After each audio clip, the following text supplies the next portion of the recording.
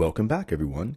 And in today's music theory lesson, we are going to go through contrary motion. Now, contrary motion is the idea that we're going to have two different voices, and one of those voices is required to go up, and one voice is required to go down. And that's because the requirement for contrary motion says that we have to go different directions.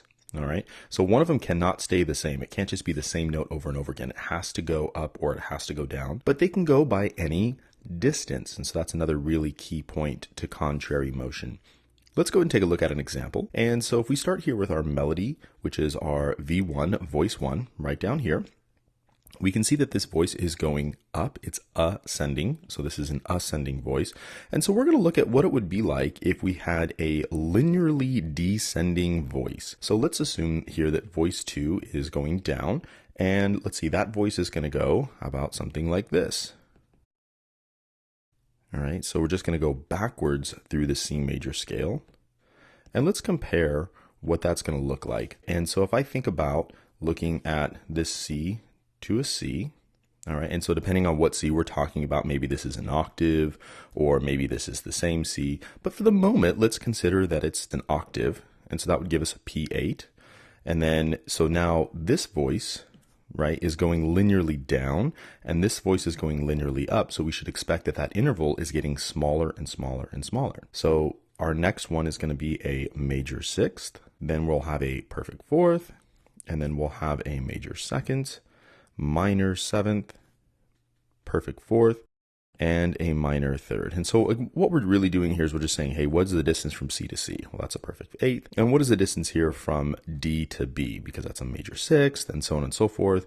E to A is a perfect fourth, F to G is a major second, G to F is a minor seventh, A to E is a perfect fourth, and B to D is a minor third. And this is all good and fine, but what you'll find out is, let's see, if we were to kind of think about the dissonance and the consonants that's going to occur here, and we would say, well, this is consonant, this is consonant, this is consonant, and then all of a sudden we get to, well, that's kind of dissonant, that's kind of dissonant, and then we get back to this is consonant, and this is consonant. So what happens is we go through this place where some of these intervals are going to sound really great and they're going to be nice, and then some of them kind of sound so-so, and then you'll get some other intervals that really don't sound great at all. We don't want to stick with something being so exacting to linear, right? What if we could skip instead? And if we do skipping, then it tends to sound a little bit better. And so this is one of the sort of rule modifications. You can think of it as sort of like an amendment to the Constitution, right? So we wrote the Constitution and then we decided we need to change some things, we need to fix some things. This is what they did to voice leading. They go, hey, you know what? Contrary motion is great, but there's just sometimes when I do it, there's some problems. And so they decided to, kind of the authors of this idea decided to change it. And so they said, hey, well, what if we skipped over some of those bad sounding intervals? And so let's take a look at another line. And once again, we're still going to have an ascending voice, which is our melody, and we're going to have a descending voice, which is going to be our harmony. And so that would look something like this. And so I'll just kind of write something out. C, B, A, F, D, C, and B. And so once again, we are comparing, let's see, we are comparing from here up to here, okay? And so it means we're comparing C to this C, we're comparing D to this B, E to this A, and so on and so forth. All right, and so what is our interval going to be like here? Well, let's see, what if we had, again, this is a perfect eighth, so, and that doesn't tell you, that doesn't tell you if this C is lower or this is higher or whatever, but for the point of the argument, I'm going to say that this C is lower and this C is higher, right? So perfect eighth, and then we're going to go down to a major sixth, so nothing fancy yet. Perfect fourth, everything looks all good, and then we're going to have a unison, then a perfect fifth, minor third, and a perfect eighth again. All right, and so what is that going to look like? Well, let's see. We know that our perfect eighth is going to sound good. Our major sixth is going to sound good, so we can underline those as being consonant, and so we'll say that, you know, consonant is in pink, and dissonant is in yellow. Dissonant. Almost forgot how to spell it. And I underlined these kind of twice, and I said that this is like an underline once. And our perfect fourth, yeah, that's going to be okay. A unison, that'll be all right. Perfect fifth, this is all right. Minor third, those are good. Perfect eighth, those are good. And you can see this actually makes the whole line consonant now. So we don't have these issues that we have here with major second and minor seventh. Now, it doesn't mean that you can't use those. It just simply means you need to be aware. And if you are aware that you have a choice, you can choose a correcting factor by skipping and not going completely linear, or you can, keep on going linear if that's your desire. Now, let's do one last thing, and let's make sure that we fulfilled both consequences of the statement up here, right? Because we said that have to go different directions and they have to go by any distance. All right, so let's make sure that we can kind of fulfill those. We know that if I look at this linear up here, this interval, and we want to look at all these different intervals, we want to see, well, what are they? And we're going to compare them to the intervals that we have down here. And I know that this C to D is going to give me a whole step, half step, whole step, and whole step. So if you're not paying attention, that is just the major scale, except it's missing the C, obviously.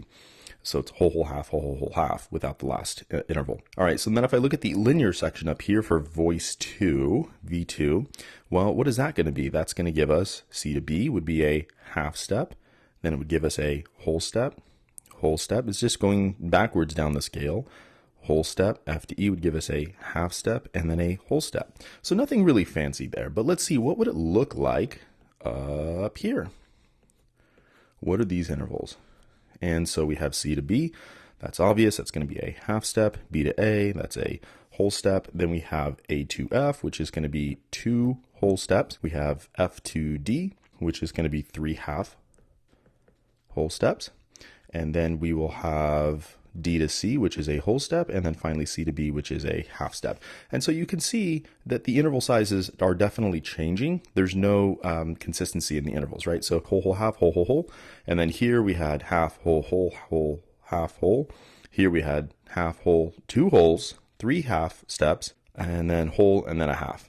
And so the interval sizes are definitely changing, and so that's okay. So we definitely have fulfilled both consequences of the statement, which are to say that we went in different directions and we went by any distance. And I wanted to give you maybe one last kind of look at this. And so when we consider voice 3 compared to voice 1, and so if we did that, voice 1 we know is ascending, and so I could draw it something like this. And we know that voice 3 is starting higher, something like this, and we know that at some point it's going to cross over and it's going to end up down here. All right, and this is not quite an exactly to scale drawing. What we end up having is, let's kind of label these. So this is voice 3, and then down here this is voice 1, and then right here in the center is where we have our crossover point. This is where the F and the F are at, which is our unison.